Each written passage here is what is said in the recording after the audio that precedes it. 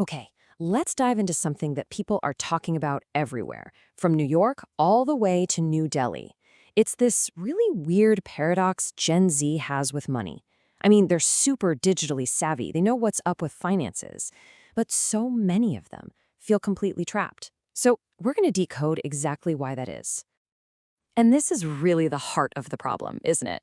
You've got the most educated generation in all of history, but they're also facing this financial reality that just feels completely rigged against them. We're talking massive student debt, housing costs that are just out of control, and this nonstop pressure to keep up. So what is really going on here? All right, so to start, we've got to look at the stuff that's just staring us right in the face. You know, the obvious suspects.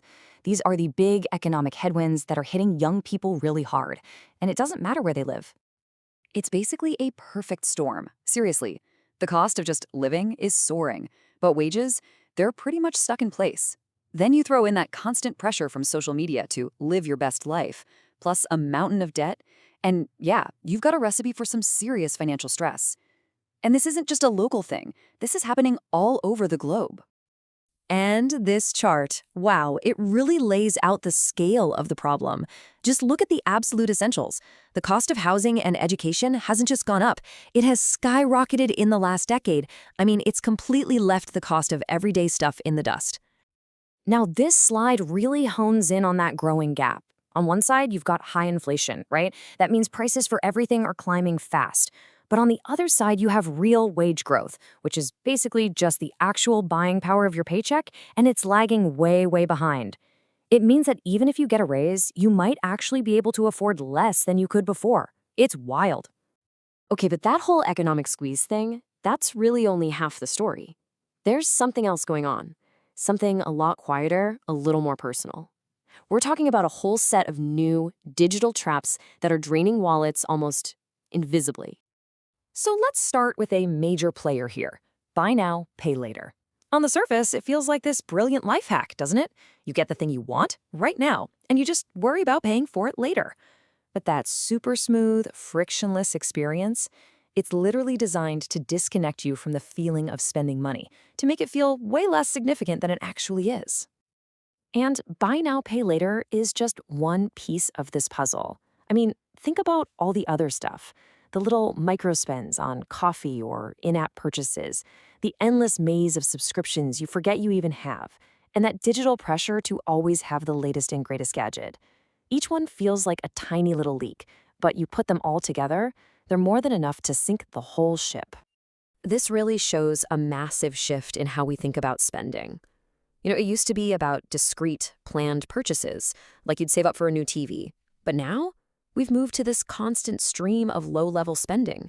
It's less about buying specific things and more about subscribing to a lifestyle where that little hit of instant gratification is always, always just one click away.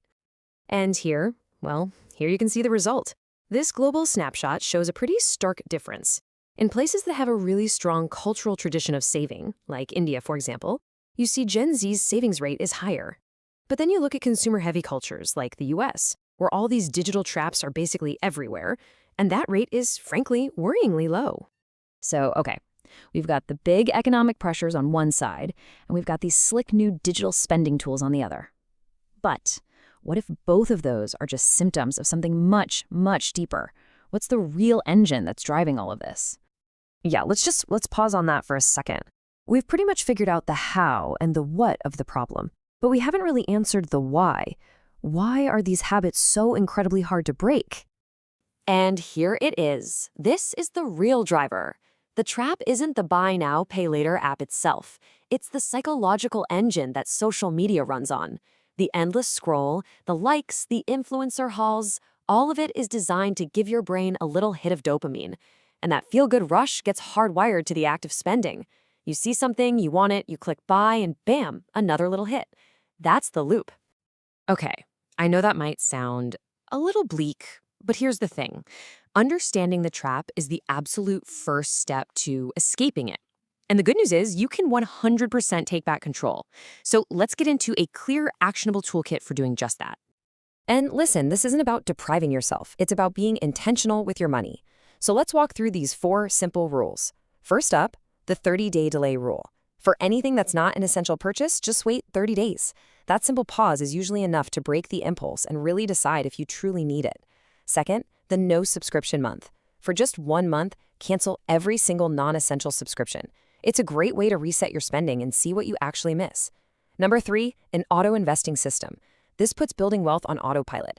You set up small, automatic investments, and your money starts working for you without you even thinking about it. And finally, number 4, digital minimalism. Go through your social feeds and curate them. Unfollow any accounts that just make you want to spend money. Make your screen serve your goals, not someone else's. So all of this leaves us with one last big question. Look, the economic headwinds are totally real. No one's denying that. But is the story of a broke generation really just about empty bank accounts? Or is it more about a reward system that's been hijacked by our technology? Are these external pressures the real root cause? Or are they just making an internal battle, one that's being fought on our screens every single day, that much harder? Definitely something to think about.